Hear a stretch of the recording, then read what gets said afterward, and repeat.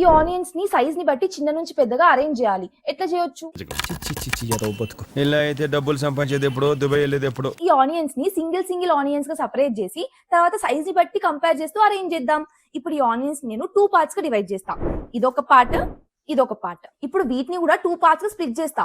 నాకు single onions వచ్చే వరకు నేను ఈ ప్రాసెస్ ని రిపీట్ చేస్తా. దీన్ని 2 పార్ట్స్ గా స్ప్లిట్ చేస్తే ఈ రెండు ఒక గ్రూప్ లోకి వస్తుంది, ఇది ఒక గ్రూప్ లోకి వస్తుంది. సింగిల్ ఆనియన్ వచ్చింది. దీన్ని నేను 2 పార్ట్స్ గా స్ప్లిట్ చేస్తే సింగిల్ ఆనియన్స్ వచ్చేస్తాయి. ఇది అయిపోయింది. ఇక్కడ ఇంకా 2 ఉన్నాయి కాబట్టి దీన్ని మళ్ళీ మనం 2 పార్ట్స్ గా స్ప్లిట్ చేయాలి. ఇదొకటి, ఇదొకటి. ఇప్పుడు చూస్తే మనకు అన్ని సింగిల్ ఆనియన్స్ వచ్చినాయి. ఈ రెండిట్లో ఏది చిన్నది? ఇది కదా. సో దీన్ని ఫస్ట్ పెట్టుకొని దీన్ని సెకండ్ పెడదాం. ఇది ఇప్పుడు చిన్న నుంచి పెద్దగా అరేంజ్ అయినాయి. ఇప్పుడు దీన్ని వీటితో కంపేర్ చేద్దాం. ఇది దీనికంటే పెద్ద ఉంది, సో దీని తర్వాతే రావాలి. ఇది దీనికంటే చిన్న ఉంది, అంటే దీన్ని ఇప్పుడు మధ్యలో పెట్టాలి. ఇట్లా అరేంజ్ చేస్తాం.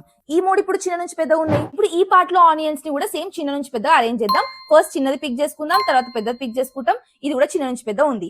ఈ పార్ట్ లోవి చిన్న నుంచి పెద్దగా ఉన్నాయి, ఈ పార్ట్ లో కూడా చిన్న నుంచి పెద్దగా అరేంజ్ అయి ఉన్నాయి. ఇప్పుడు ఈ రెండింటిని కంపేర్ చేసి మర్జ్ చేద్దాం. ఫస్ట్ దీన్ని ఫస్ట్ నుంచి కంపేర్ చేసుకుంటూ వద్దాం.